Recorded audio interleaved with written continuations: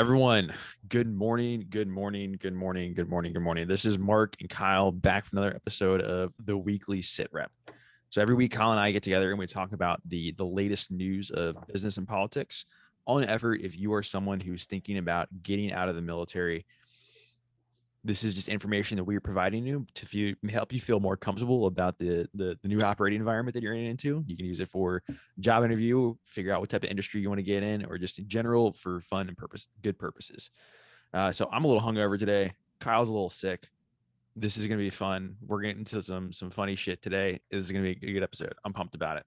So we start off. Yeah, might sound a little froggy, but hey, we're still going to get after it though. We're going to get after it. Yeah. So we start off every episode with military related news. So this is kind of stuff from the defense and security world because, you know, we're vets and like these are things that we still care about.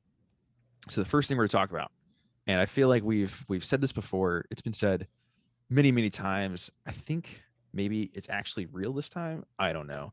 But apparently we're getting out of Afghanistan. That's what the new administration says, that we're leaving Afghanistan on September 11th. That's the date. It's happening. Apparently. Yeah, Afghanistan hit its 20 years and dropped its retirement package. Dude, I saw you post that and lost my shit. I was like, that was so fucking spot on. It was so good. Everybody thought that one was funny. I'm not like the funniest person, but sometimes I do come up with stuff that's semi clever. Sometimes you totally nail it, man. You totally nail it, like 100%. You have great timing too, and that was just perfect. Timing is important when you're timing super important. Yeah. Yeah. So yeah, apparently we're leaving Afghanistan. I don't know. This is kind of one of those things where. Yeah. Go ahead. I know you have some thoughts, Kyle. I mean, it's just, I'll believe it when I see it. Right. You know, I heard there was like the caveat of conditions based, which is the ultimate cop out, right? Oh, for sure. And I think like Joe Biden is very sensitive. Like they don't want like a fall of Saigon or, you know, Iraq withdrawal followed by ISIS occupation, you know. So I think there's always that caveat, but I actually do think they're semi-serious about it. And, you know, a lot of people came out with hand wringing over this. I generally tend to agree with the people with the hand wringing, but, you know, civilian leadership does control the military. And I think sometimes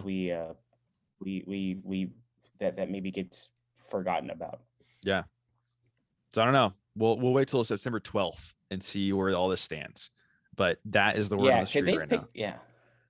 Could they September 11th is such like a weird like date to like pick. I mean it's clearly symbolic. Like we invaded Afghanistan. No, it's right because of September 11th, but it's also like we're pulling out because it doesn't seem that we've really accomplished anything, and we're pulling out on the because of the date that we got there for. Like the connection seems off. Like it doesn't seem like a strategically sensible date. Yeah, it's not like we're, you know, I think I would have a better feeling of the September 11th date if like, you know, the Afghan government was like firmly in control. The Taliban were, you know, beaten or, you know, totally committed to like the peace. This kind of just I don't know. Yeah, it feels like a parade without a victory is probably the best way to put it. Yeah, absolutely. I totally agree. So like we all said, we're going to wait till September 12th and see what happens with this one. Okay, next story.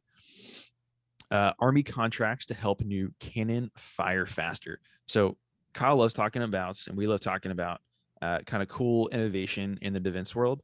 And this is focused specifically on artillery. And I believe this is kind of focused on self-propelled artillery in particular.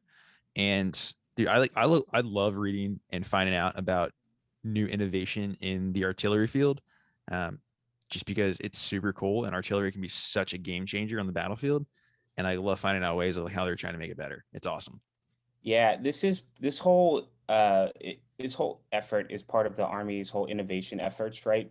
To rapidly prototype and integrate new and emerging technologies into weapons platforms and systems that will, you know, give the Army that margin of excellence that we all hear about, and, you know, overwhelming, you know, overmatched capabilities.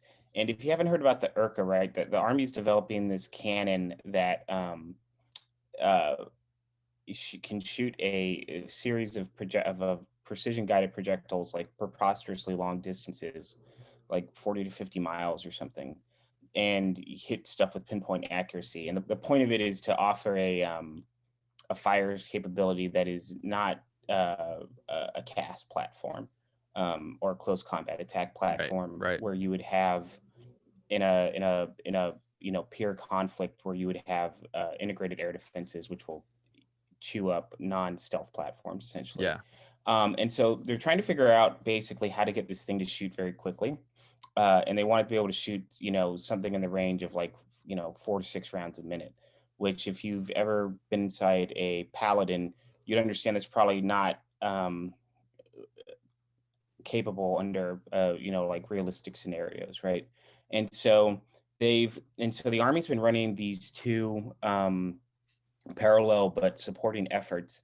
And one of them is, hey, they've been trying to do it in an in-house Army effort. They have the Armament Center at Picatinny Arsenal to basically build an autoloader.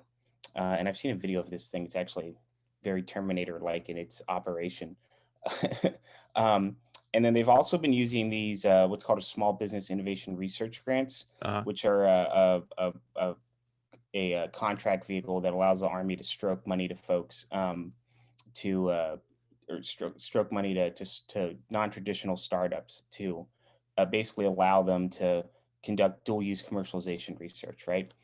So we're saying, hey, we know you're probably doing something on the commercial side. Come do some development for the Army, and you won't have to give up debt or equity, and to venture capitalists who are backing these companies, it's very attractive, right? Because it's money that doesn't come out of their pocket. It boosts their returns. So and so they had a bunch of these firms submit this, and they'd go, and there's like these grants have different phases, right? They're almost like seed capital. It's like a great way to think about it. And so if they get through the phase 1, right, and then they get to phase 2, phase 2 is more money, and then like the phase 3 is the full the kind of like the contract that everybody wants, because that has like unlimited like duration and money.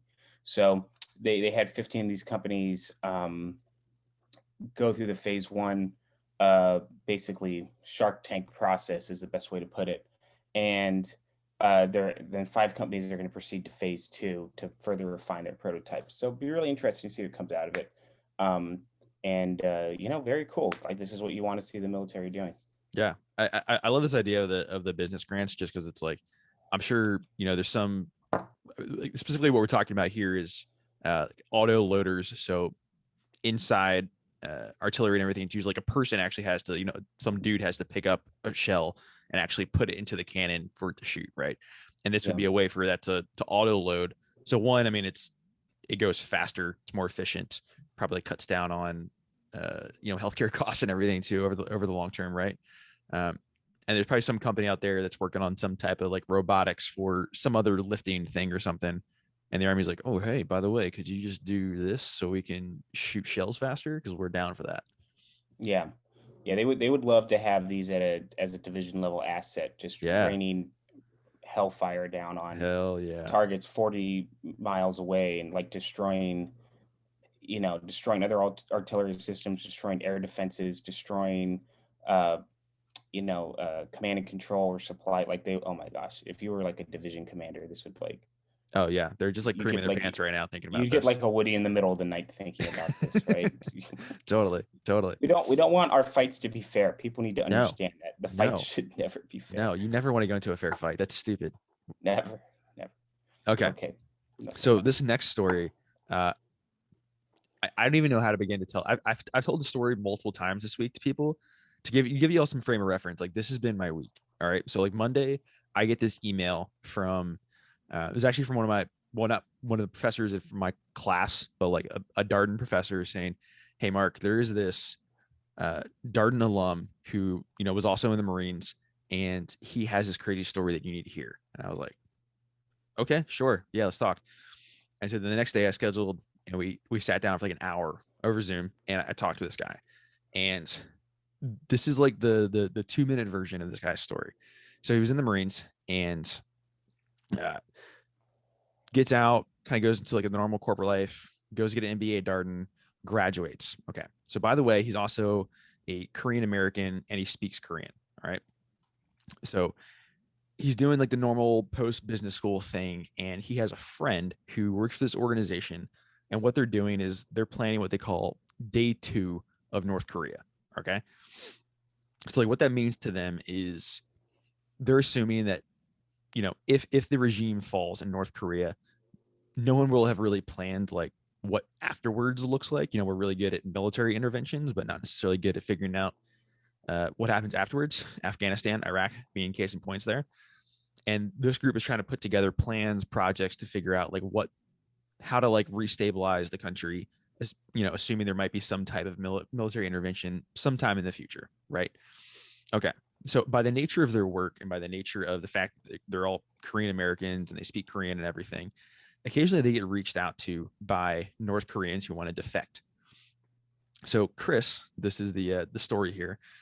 Chris, being a former Marine, sometimes got called in by his friend to be like, hey, we need a guy who can like be there on the ground to make sure everyone like keeps their cool and like doesn't lose their shit while this person is defecting from North Korea. So Chris would get called in and like make sure like the right person got on the right flight in the right airport. Like that's kind of all he was really doing. He wasn't running sources or anything crazy like that. He was just there to like keep everyone calm, for 20 minutes, keep them chill. Okay. So a couple years ago, there was an event at the North Korean embassy in Madrid. So essentially as the way he told it to me, the entire North Korean embassy in Madrid was looking to defect. Now, if this entire embassy just like defected, essentially their entire families would be murdered and killed in North Korea. So in order to try and prevent that, Chris and this group they were working with want to stage it like a kidnapping. Okay. That way they have some type of like plausible deniability and prevent, these families being murdered and everything. Okay. So the day of, things get a little squirrely. Some stuff kind of goes sideways. And now the North Koreans are claiming that Chris and his friends broke into their embassy, like beat some people up, stole some sensitive documents, did all kinds of crazy stuff. All right. So right now, Chris is stateside. He's out on bail right now, and he is awaiting an extradition trial in about a month. Where, as he explained it to me, he's anticipating that the judge will approve the extradition to Spain, where he's wanted by the Spanish government. So this is crazy. All right, this is not usually like what happens to people after they leave the military and like go to business school and everything, getting wrapped up in North Korean defections and like wanted by the Spanish government and everything. So I wanted to bring this story up because one, like this has just been like a crazy week for me and like dealing with all this. And this is like the first taste of this. I'm currently in the works to like kind of put some more light on this story and everything. But this is just like a primer for y'all to understand and know like what all is happening here. It's pretty wild. This story is gonna what is the date on this? This is all the way back from 2019. Yeah. So this is wow. So as the way he explained it to me was, when kind of the news first came down that he was like wanted by the Spanish government and everything, and there's a potential extradition going to happen. Excuse me. He spoke with some people, some kind of like lower level government officials and everything, and they're like, yeah, absolutely, like we're gonna go to bat for you and make sure they don't get extradited. This is because like all the evidence provided against him was provided by the North Koreans, so it's super biased and tainted and everything, right? And essentially the Trump administration was very much on board with trying to normalize relations with North Korea, and so there wasn't a huge political appetite to like expend political capital to like go to bat for this guy. So this is kind of like what propelled this whole thing to keep going forward. So right now, Chris is trying to drum up support for his story and like bring light to it, in hopes that someone will step in and actually like prevent his extradition. So he's planning to appeal. This is probably going to be like a lengthy legal thing as well. But this is like the first step on my part, at least, to like bring light to his story and make sure people know about it. Is he? So when does he having the extradition hearing? It's about a month. I want to say it's like May 25th or something like that. Don't quote me on the date, but it's like just in about a month right now. Yeah, we should. Let's talk after the podcast. And for sure. Who we can for sure. Send this. I'm having him. He's come in and talking to a bunch of my classmates and like the Darden Military Association this week, and so I should be getting some like more details than what I already have. But yeah, this is a cool thing. We'll definitely be talking about this more in the future. All right. So that wraps up the military version and the defense news and everything. And this is where we move into the Civvy SITREP and talk about the world of business and politics. So the first story here, I don't even know if we can call this business, maybe. Who knows? It's Dogecoin. I know everyone is like going crazy. The best Shibu coin you'll ever buy.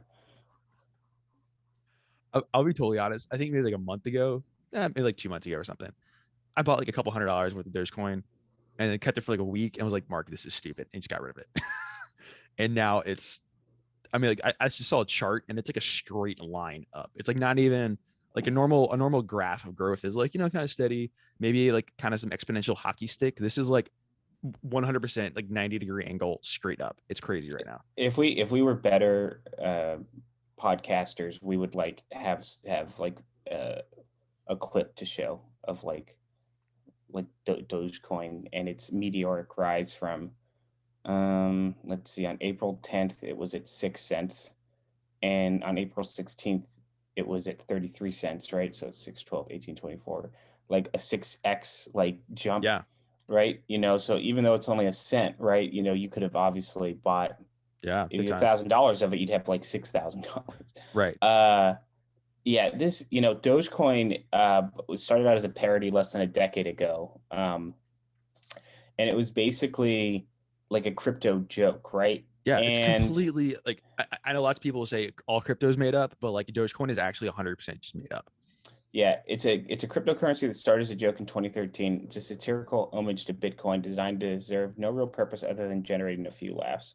Interestingly, Dogecoin has inflation built into it, right? So if you talk to crypto enthusiasts who will, what they will say, one of the reasons they like Bitcoin so much is that because it has a set cap, right, of like 21, whatever the number is, right? Yeah. Like there's only so much Bitcoin that's going to be out there. Dogecoin is not like that. Like Dogecoin will continue to pump out more of Dogecoins, which, if you're like a crypto enthusiast, seems to defeat the purpose of like crypto is like fixed supply, decentralized network, right? They're regulated by blockchain. So you're taking out one of those elements.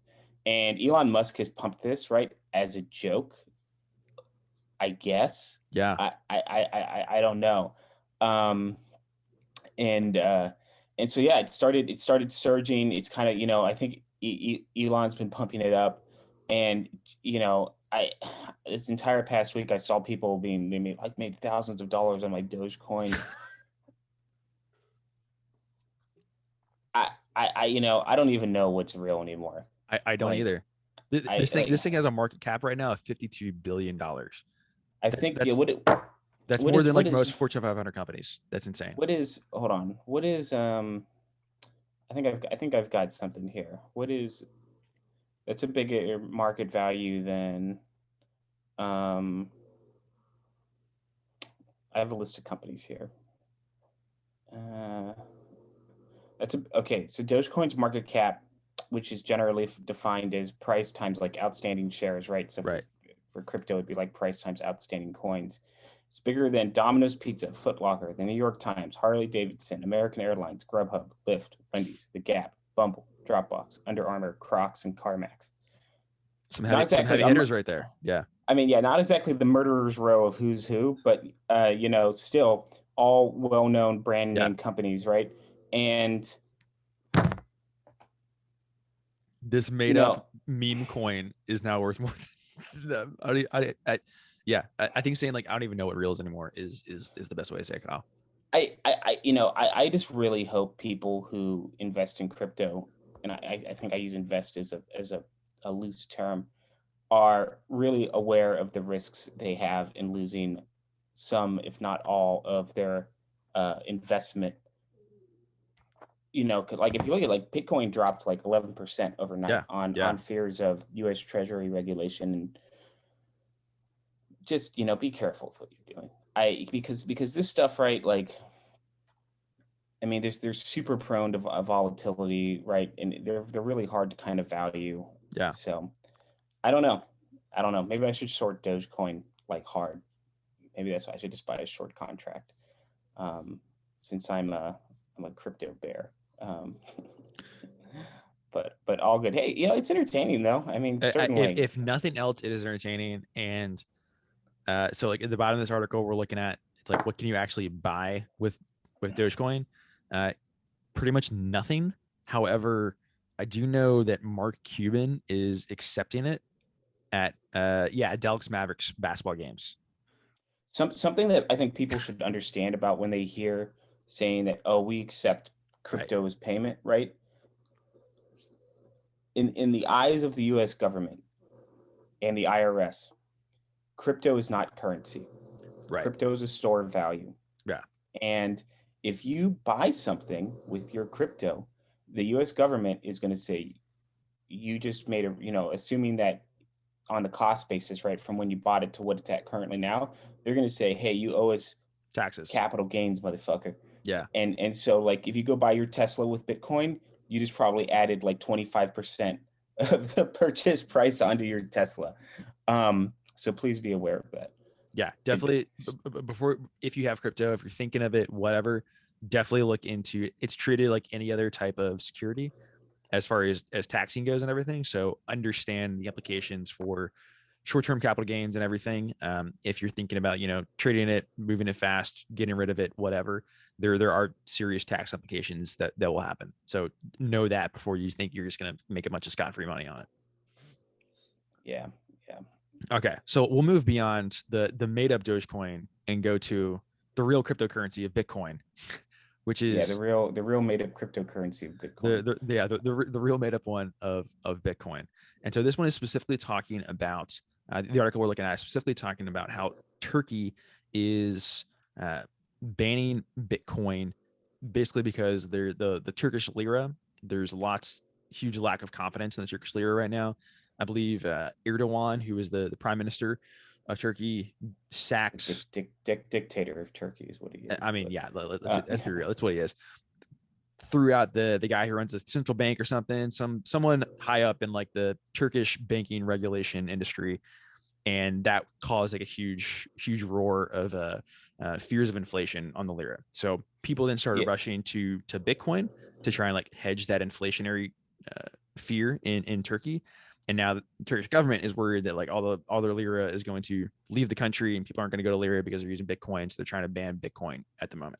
Well, I think we should be a little more specific. They're not trying to ban Bitcoin. They're trying to ban Bitcoin payments, right? Okay. And those are two different things. Right. I don't actually think you can ban Bitcoin. Yeah. Because it's a decentralized peer-to-peer network. I just don't know enough. I mean, I've always been under the assumption that it is possible to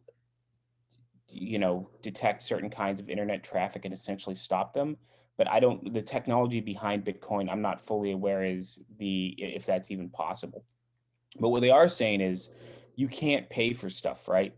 With Bitcoin in Turkey. And I actually think this is a really great article for a number of reasons. And the first, right, is I think the use case for Bitcoin is stronger in countries that don't have the same sort of strong monetary backing that say the United States does, right? Like in the US, even though the US has gone out of its way to devalue the dollar over the past X number of years, right? And there's a number of reasons for that. Most notably, I mean, like the Fed, right? And the Fed, what inflation works and trying to rescue banks and during times of economic crisis, right? But the actual average crypto user is like somebody in Asia where they're not sure of the worth of the fiat currency over there, because not all countries have as stable monetary policy as the US, right? And so they don't want the government to be tracking their money, holding their money, taking their money, right? They don't want to see their money be worth 20 or 30% less the next day. And so for them, getting into a crypto like Bitcoin, which still has a lot of volatility, is a better option, right? So interesting here. And so Turkey's saying that, hey, we're going to, basically ban these payments, right? That puts a big dent in the use case of crypto. If you're saying, hey, if you accept payment in crypto, we're like going to come after you. Because then they basically say you have to convert your crypto back to fiat, back to Turkish lira, and then spend it. So very interesting stuff. This is a long. I personally think we're kind of on the precipice of starting to see governments really start to get hot and heavy about regulation with crypto. I just don't see how they don't do it, right? Like you can't have something with a huge market cap and like governments not wanting to like governments would rather torture and jail their citizens than give up control of their monetary policy. So here we go. I think it'll be interesting to see. And with Coinbase IPOing, which is something we probably should have talked about this week, we're at an inflection point where I think we're going to start to see this fight actually occur. But still, if you can if you're in Turkey, you can still use crypto. You just not gonna be able to buy stuff with it. I don't know. I think my only hesitation on government regulation and everything is I mean, like we see how slow the U.S. government is in responding to anything around tech, and like all the stuff with data privacy and how information spreads and everything. And like the U.S. government is just really bad at responding to tech in any meaningful way. So like right now, the intermediate solution is it's treated like a security. So if you sell it, you're taxed like just like you sold a stock or whatever. And I have more doubt that like the government's going to actually make any type of like meaningful play here other than like what's already in place, just based on their track record of dealing with other issues in the world of technology. Yeah. No, yeah. I mean, totally fair. And tech has moved so much faster. It's really hard for people. Like imagine asking, hey, Joe Biden, what's your opinion on cryptocurrency? Oh, yeah, right. It'd be like old man yells at cloud, right? Yeah. I don't know. It'll be interesting to see. Yeah.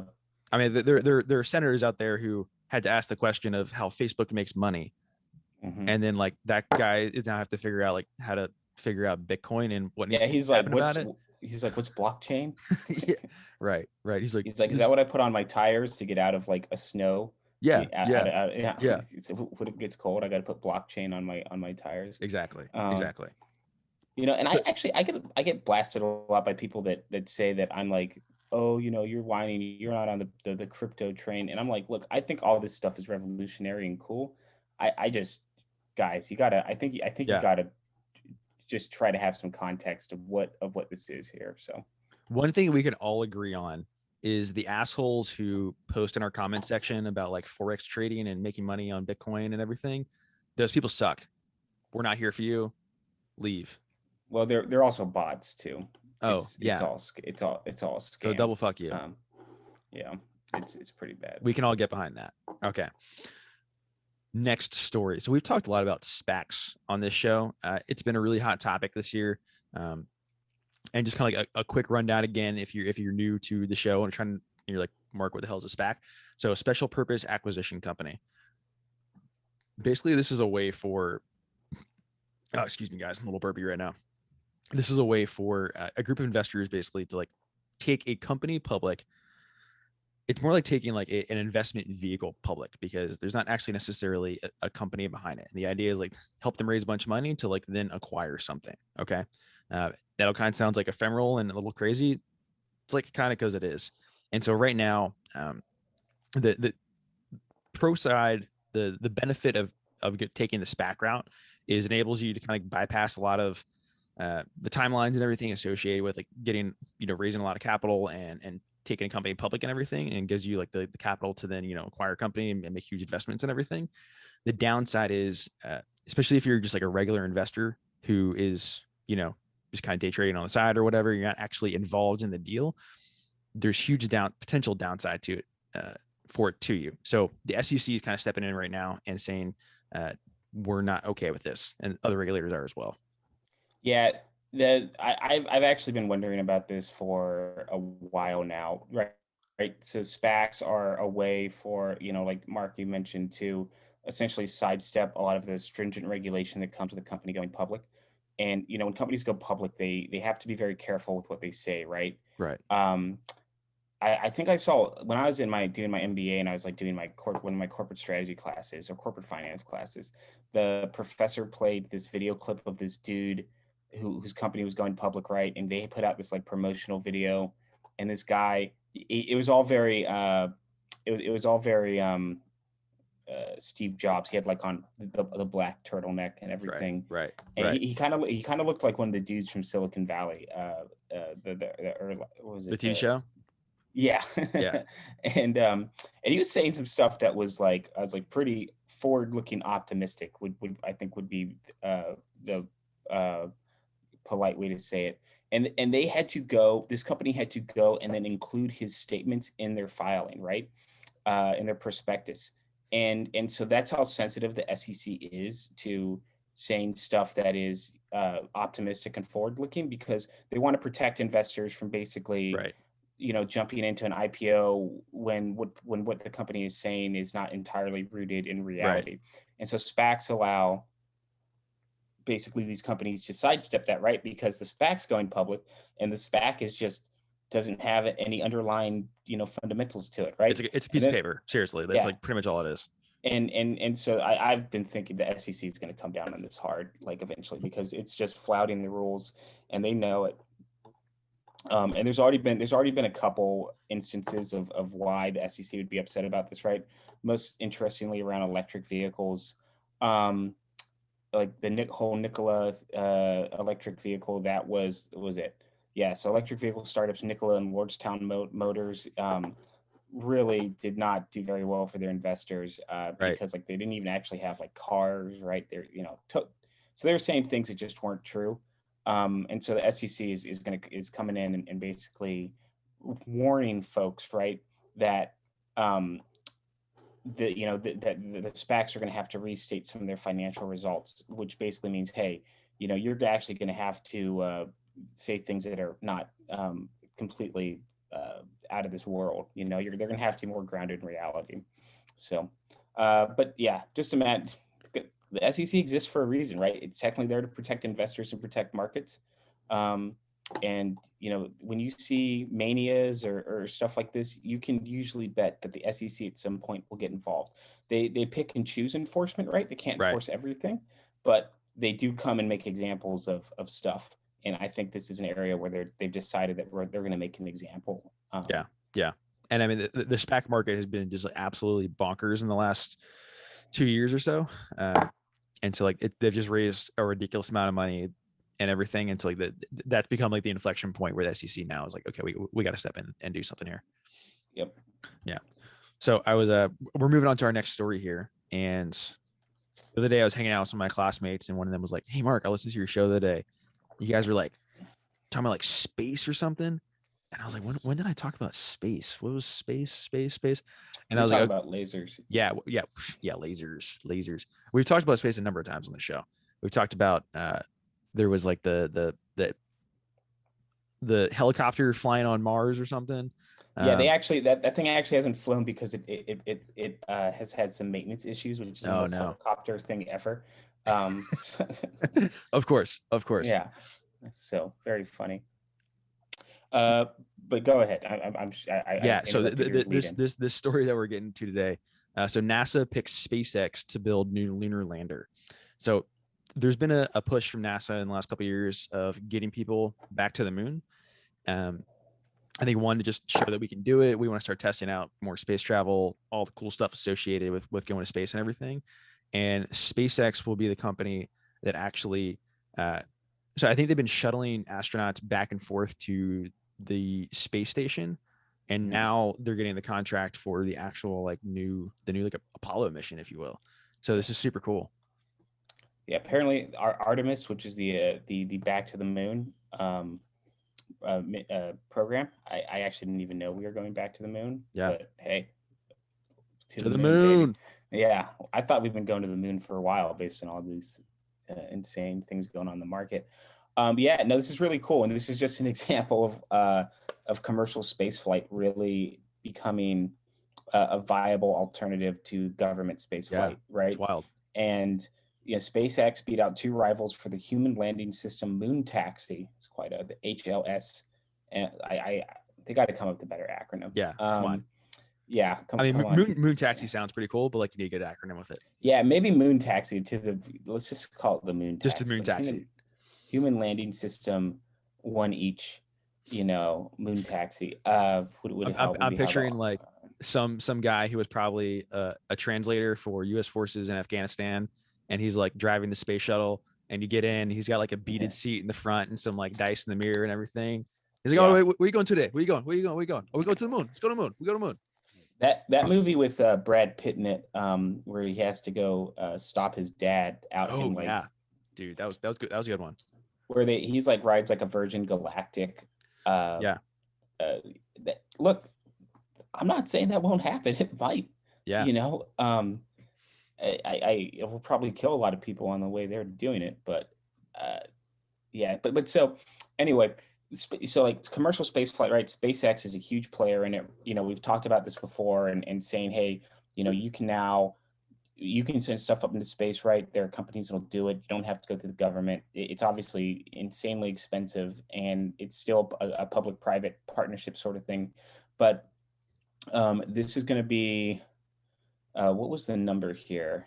I want to see what the number what the contract award was. Yeah, so the lander deal adds to product SpaceX is developing, with recent funding rounds raising its valuation close to $100 billion, as it pursues a mix of new rockets, space taxis, and an array of hundreds of satellites for military and commercial customers. We've talked about this when they talk about Starlink. I want to see how much the deal was, because I mean I think it was smaller than I thought, but I mean it's still in the billions of dollars. So yeah, I mean this is just this is good for SpaceX, right? And just establish them as a market leader in doing this sort of thing. And for Elon, right? People call him crazy. This is an Elon Musk company, and maybe they'll pull it off. They want to do a second crewed test in 2023 that would be followed the next year by the first astronaut landing since 1972. Okay, so we're 3 years away from astronauts going back to the moon. That's wild. Super cool. I'll believe. Say what you want about Elon. I was I can't remember what podcast I was listening to he was on, and he was talking about, he's a gazillionaire multi times over, right? And he was talking about he'd come out and say like he's never going to own a house again or something. He's just going to like rent and like live around places or whatever. And he was explaining his reasoning of saying like, okay, I could spend time like building a house and like filling it with stuff and doing, getting this like whole thing established, or I can spend my brain power figuring out how to get us to Mars. And like, that's like how that guy views the world. It's just a very different way of like how most people approach and like look at life. I'm not considering the average person's net worth is tied up in the equity of their house, and Elon Musk's net worth is tied up in the equity of going to the moon. Yeah, billion-dollar companies, right? I think he's probably making the safer bet here. They're like, come on, Elon, you can't hire like an interior decorator, I'm sure you could like hire like a whole company to just like do it for you, but whatever, I get it. They beat out Jeff Bezos has a rocket company called Blue Origin. Yeah. And the Dynetics unit of Leidos Holdings, which is a huge defense contractor, they beat them out. So dude just hits home runs, and it's tough to the scoreboard speaks for itself. It does. All right. Getting into the last story here.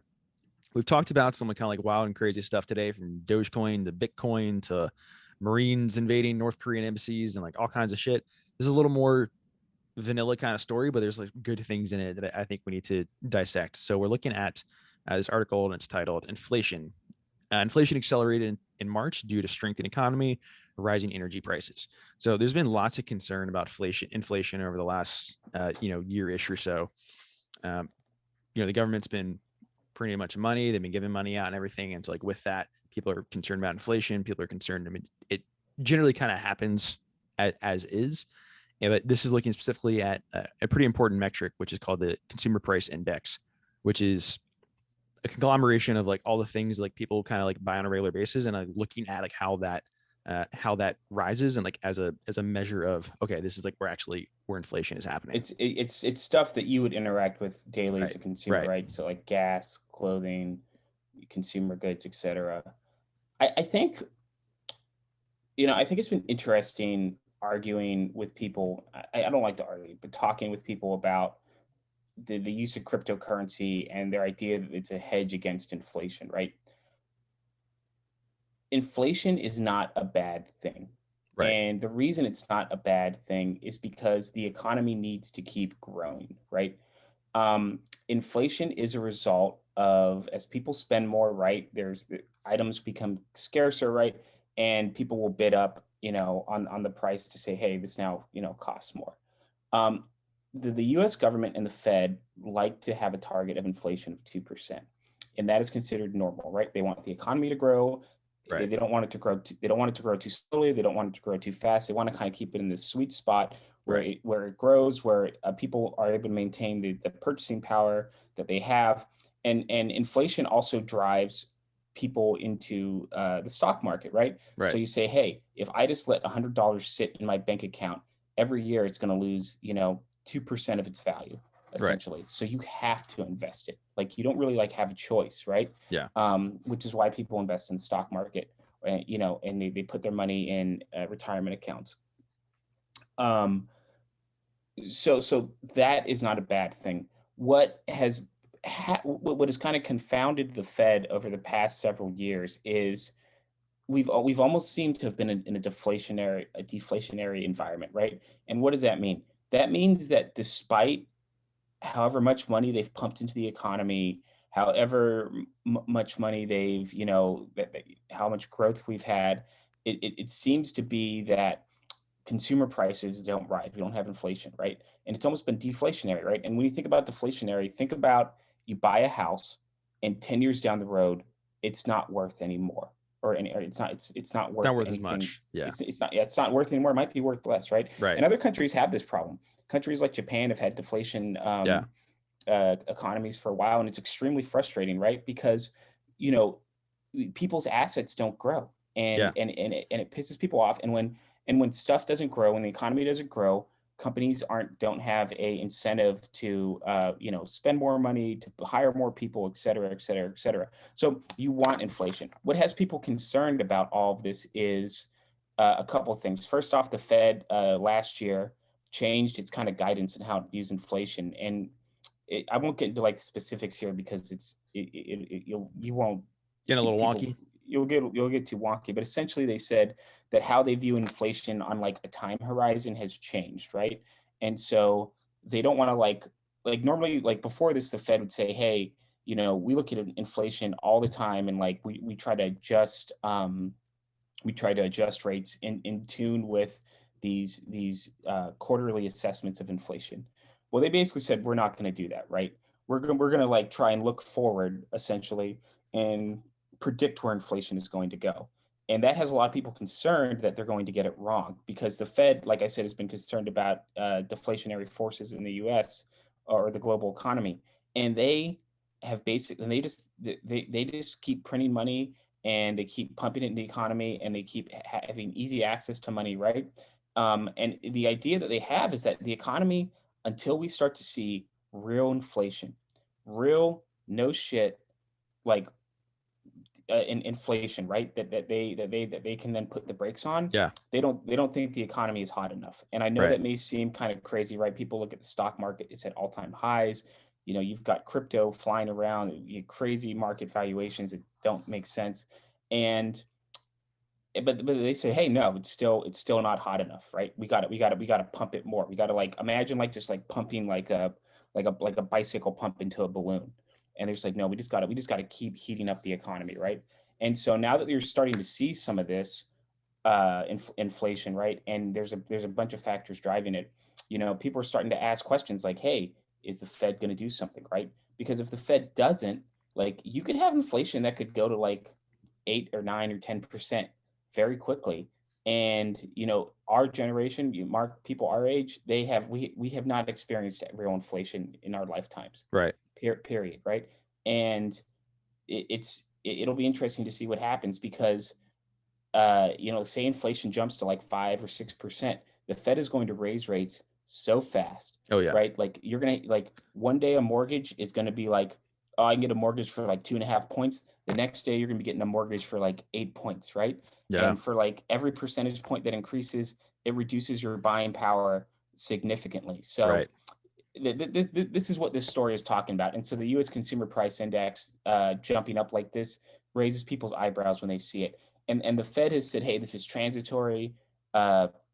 This is because, you know, people who have been having a lot of cash sitting on the sidelines from the coronavirus pandemic. Right.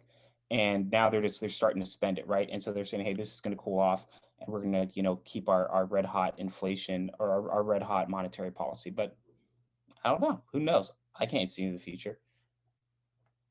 I can make some wild ass guesses though. Yeah. Kyle, that was a great explanation of the whole thing, man. Seriously, I got nothing to add. That was fantastic explanation of like inflation, deflation, the whole current situation. Right on, man. Hey, you know, Carnegie Mellon's a great school, right? I didn't know any of this shit, right? I didn't know any of this. Like, I had some interest in economics, but then when I went to Tepper, I studied so much finance, right? And I had some really great professors, and the school, and just, you know, getting to do internships in investment banking and working in M&A. This is all things you're concerned about, right? So it doesn't require like you to like have your brain tuned a certain way. You just have to learn about it. Yeah. Yeah. Well, awesome, y'all. That wraps up the show for the week. Lots of good stories today. We appreciate y'all coming out. Kyle, before we close out, you got any last things you want to say? No, I you know, please go rate this show, right? Share it with your friends, share it with everybody. We want as many people to hear this. We think it's a great show.